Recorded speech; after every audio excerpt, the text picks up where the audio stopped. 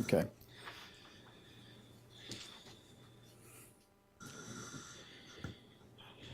All right, thank you for coming today. We wanted to give you an update involving the homicide last night. This also involving the officer-involved shooting. Behind me to my left, Assistant Chief William Jackson. To my right, Major Linda Timms. To my far left is Captain Charles Bagsby. So the best thing for me to do is to give you guys roughly a timeline. That's probably the best way to give this because there was a lot of moving parts, a lot of things that happened last night, so that would probably be the appropriate way. This incident actually started roughly at 3 p.m. yesterday afternoon involving the suspect, Zachary Hanna, in the 800 block of Bryant Street.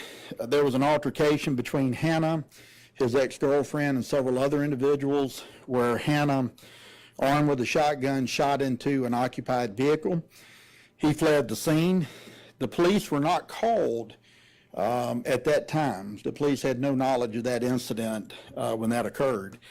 At roughly 6:46 p.m. yesterday afternoon, Bryant then went back to the 800 block of Bryant Street, and when he did so, got into an altercation with the same female and another individual where he tried to shoot the female, was unsuccessful. He then turned the weapon on another individual where he subsequently shot and killed that victim. That victim died as a result of his injuries on the scene. That call came in through 911. When officers arrived, Mr. Hanna had already fled the situation or that area, armed with a shotgun, and he fled into the nearby wooded area at Glen Acres Drive. Officers set up a perimeter to try to secure the subject. The subject was in the wooded area, and roughly at around 9:27 last night, a supervisor with the Mobile Police Department Patrol Division seen the subject in the 800 block of Airport Street. When he seen the subject, he yelled for the subject to surrender.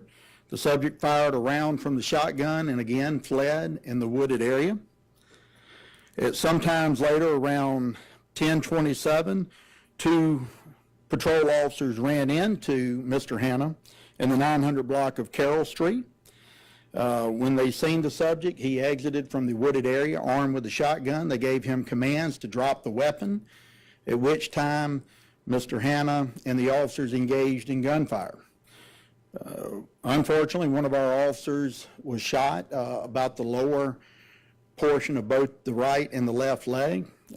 He was subsequently transported to the hospital where he was treated and released. And I am pleased to tell you he is at home today, resting with his family. However, Mr. Hanna again retreated back into the wooded area. And around 10:31 last night in the 900 block of Glen Acres Drive, he ran into an innocent bystander in the backyard of that bystander's yard, where he pointed the weapon at that bystander. The bystander was able to talk him away. Mr. Hanna then again fled into the wooded area.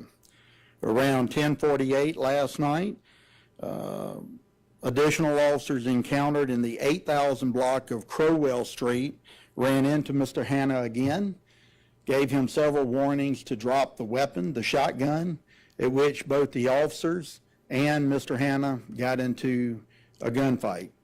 K-9 was deployed at that point because we believed that Hanna was struck by gunfire, and K-9 was deployed to assist with the apprehension.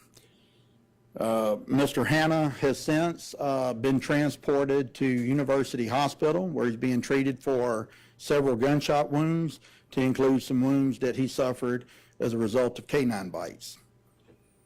Currently, Mr. Hanna is in serious stabilized condition, and as a result of all that he was involved in right now, he will be charged with 1 count of murder for that of Mr. Matthew Richardson, 31 years of age, 7 counts of attempted murder, 6 of those involving a police officer, shooting into an occupied vehicle, causing physical harm of a police animal, menacing and attempting to elude police. With that said, that's about the best timeline, approximate timeline that I can give you as a result. With that said, I'll open it up for questions. Your officer was wounded in the legs. Apparently, that was pretty lucky because I assume that was buckshot, right? That was shotgun. Right. So as of right now, we've determined that particular incident involved buckshot, and I think we're pretty fortunate that he was only struck in the legs. Little iron. Sure. And I noticed that there was an attack on a police dog. How badly was that dog injured or was it? Yeah, so the dog was injured. You know, to what extent he'll survive his injuries, but nonetheless, we believe it was an intentional act to hurt the dog. Any idea what this all started over? It doesn't even matter. Well, so far what we know is it's domestic related. You know, this is involving, from my understanding, an ex-girlfriend. From the onstart of this situation, from when it started yesterday afternoon at 3 o'clock at the same address where the homicide occurred. But to what extent and why it happened, I'm not sure. All that is a part of the investigation.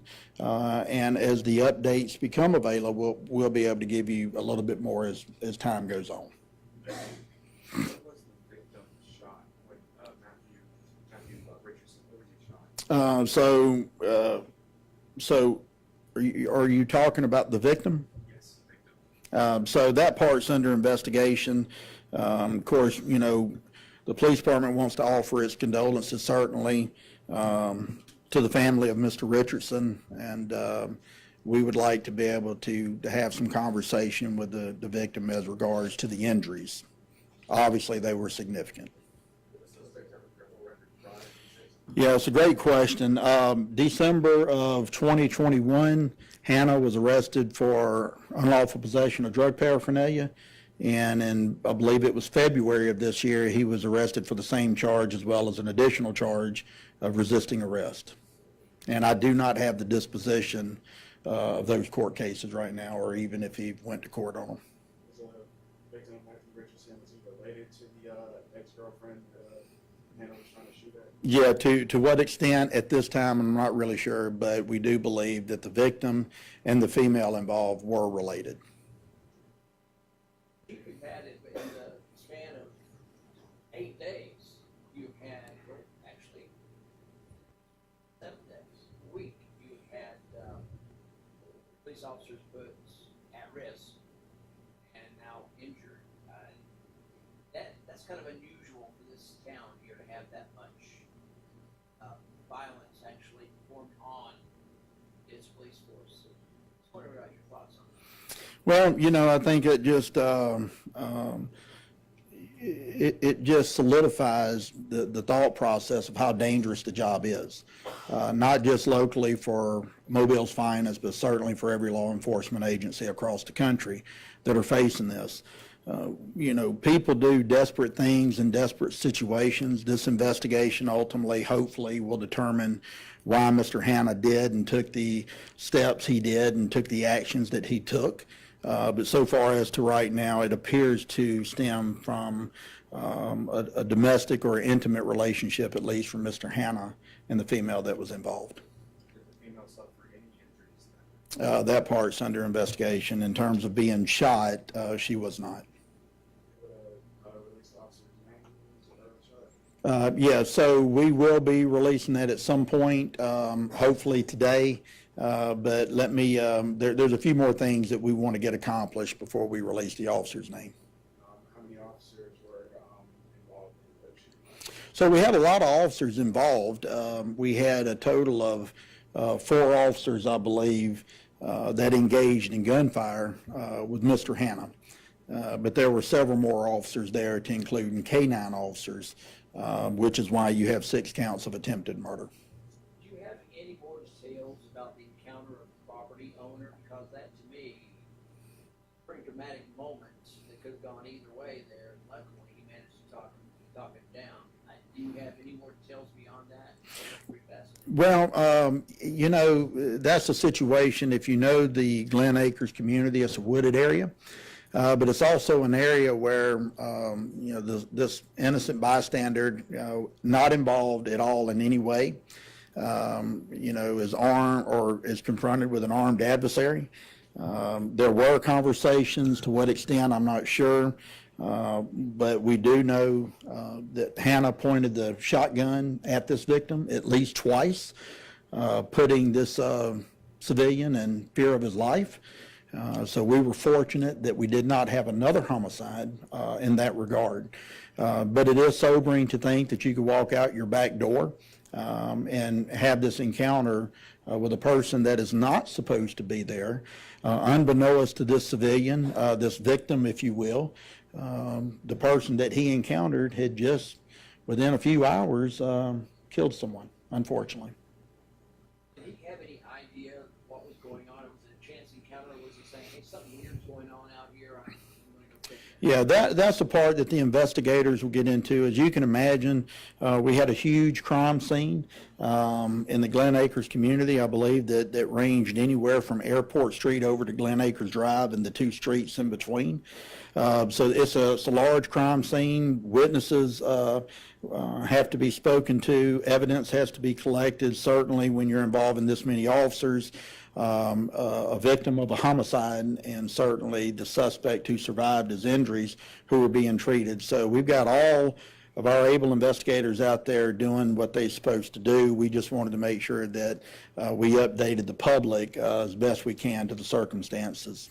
The suspect came randomly to that guy's backyard. Did he know the guy? Did he know? Right, so all we know is that the suspect was fleeing from police. As I told you, over several hours, Hannah had ran into multiple officers, and the 3 times, we do know that Hannah fired at least once during each encounter with the officers. Is there kind of a process or anything while all that was going on to kind of alert people in the area that Hannah was running around to different wood areas?